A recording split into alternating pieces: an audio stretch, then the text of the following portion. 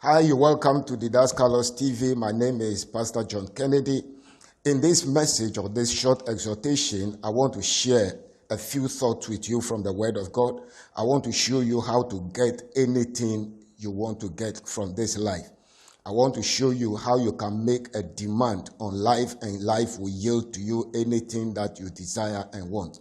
I want to show you that many of us are in the kingdom, and then we believe that this life is a queue. And when it gets your turn, you will automatically get what you deserve or what you believe you are qualified for or what you believe is rightly yours in the kingdom. I want to show you that the kingdom is not like that, and that anything you want, you must make life or compel life to release that thing. You must make a demand on life in order for you to get it. The Bible says, since the days of John the Baptist, the kingdom of God suffereth violence, and the violent take it by force. It doesn't mean we should go about causing violence, but what it means is that the forceful take it by force. The people who are forceful in life, they make demand on life and they accept no for an answer, and they get what they want. They don't accept no for an answer. They persist and pursue until they get what they want. And so I want us to look at a little passage in the scriptures in Luke chapter 11, from the verse 5 going. We want to look at it. The Bible says Jesus was talking somewhere, and then after he has finished talking, the disciples asked him to teach them also how to pray like John taught his disciples. And then he finished that prayer. And then in Luke chapter 11, the verse 5, he said, "And he said unto them, which of you shall have a friend, and shall go unto him at night, and say unto him, Friend, lend me 3 loaves, for a friend of mine is in journey, is come to me, and I have nothing to set before him. And he from within shall answer and say, Trouble me not, the door is now shut, and my children are with me in bed. I cannot rise and give thee. I say unto you, though he will not rise and give him because he is his friend, yet because of his importunity, he will rise and give him as many as he needeth. And I say unto you, ask, and it shall be given you. Seek, and you shall find. Knock, and it shall be opened unto you. For everyone that asketh receiveth, and he that seeketh findeth, and to him that knocketh it shall be opened." So the little parable here, Jesus is saying that how many of you will have a friend, and then you will go to him at night and tell them, I've received an urgent visitor, and then I have nothing to set before them, so I want you to lend me 3 loaves of bread to go serve my visitor. And his friend who is within will say that, see, don't trouble me. The door is locked. We've locked the gate. We've locked the trap door. We've locked the door. My children are with me in bed, and I cannot get up. And then many of us will end at that place because we want to be polite. We don't want to offend the person. We don't want to disturb the person's privacy. We just want to be diplomatic, and then we go away. You accept no at the first instance. But Jesus said, I say unto you, though he will not rise and give him because he is his friend, yet because of his importunity, he will rise and give him as many as he needed. So what is the lesson in this scripture? Jesus is just trying to teach us a lesson on persistence, forcefulness, importunity. I read this scripture in NIV, and I like the NIV. He said, let me read it in the NIV for you quickly to see that particular portion of the scripture and see the importunity and see the word that is used for importunity. Look at it. He said, I tell you, even though he will not get up and give him the bread because he is his friend, yet because of his shameless audacity.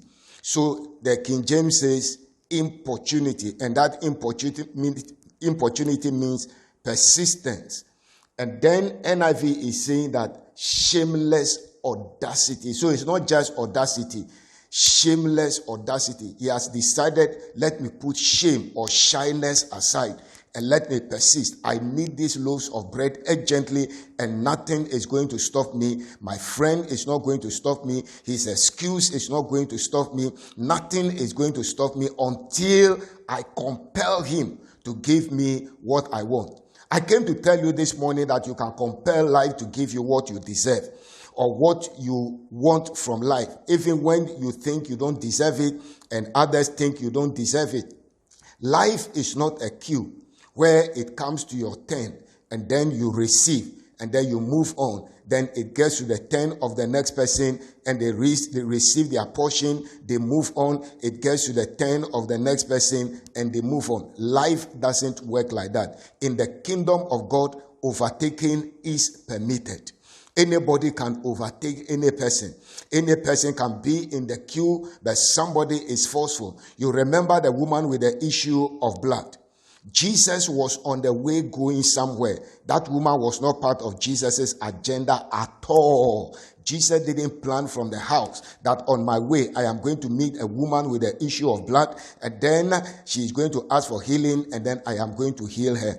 The woman jumped the queue, and the Bible says she heard that Jesus was passing, and she said, this is my opportunity. If I may but touch the hem of his garment, I will be made whole. And the Bible said that the crowd was so heavy. People were pressing on Jesus. The disciples were pushing them away to create space around Jesus. And the woman was able to meander her way through until she touched the hem of Jesus' garment. And the Bible says instantly her flow or fountain of blood ceased immediately. And the Bible says Jesus knew it. And Jesus said, somebody has touched me. And then you know the story. The woman persisted. She decided, I am not giving up. This is my last hope. Medication has failed me. Medical science has failed me. Doctors have failed me. Hospitals have failed me. Now my last hope is Jesus. And whatever can come, can come. Today is my day. She persisted and forcefully she had what she had. I don't think that woman was the only person who was sick in that crowd. How come she was the only person who was healed? She was forceful and she decided nothing was going to stop. Not even Peter the apostle and all the hefty apostles. They were fishermen. So you should know that their muscles and then their chest was broad and strong. And they could push crowds of people and they will fall. But the woman managed to get what she wanted. I came to announce to you, life can yield to you only what you place a demand on life to yield to you. Don't wait in the queue. You remember the guy at the pool of Bethesda. Jesus asked him, will thou be made whole? He said, I have nobody to put me in the pool. And then he said, anytime the angel stirred the pool, before I could jump in, somebody jumps in. So it means your ability to jump determines when you are healed. So those people who were able to be faster than him were getting healed year after year, season after season, as the angel stirred the water. I came to announce to you, don't wait in the queue. You are too diplomatic. You have been too diplomatic. That is why you are not getting that miracle. You have been too polite. You have been too gentle. It is time to be rugged and rough. Be persistent. Don't give up at the first no. Don't give up at the second attempt. Keep pursuing. He said, ask and you will receive. If the asking doesn't yield result, seek. It will move to the next level. And then if it doesn't yield the result, knock, keep knocking, keep banging. Have you been in a room where you are in a room, somebody knocks and then you don't respond? And then they knock, you don't respond. They increase the knock and then you don't respond. And then they bang the door. And then you are compelled to open. You decided you are not going to see anybody. But the persistent banging on the door compelled you. You want your peace of mind. So you want to attend to the idiot. Let me use that word. Excuse me. Who is that idiot? Let me deal with this idiot and let me have my peace of mind.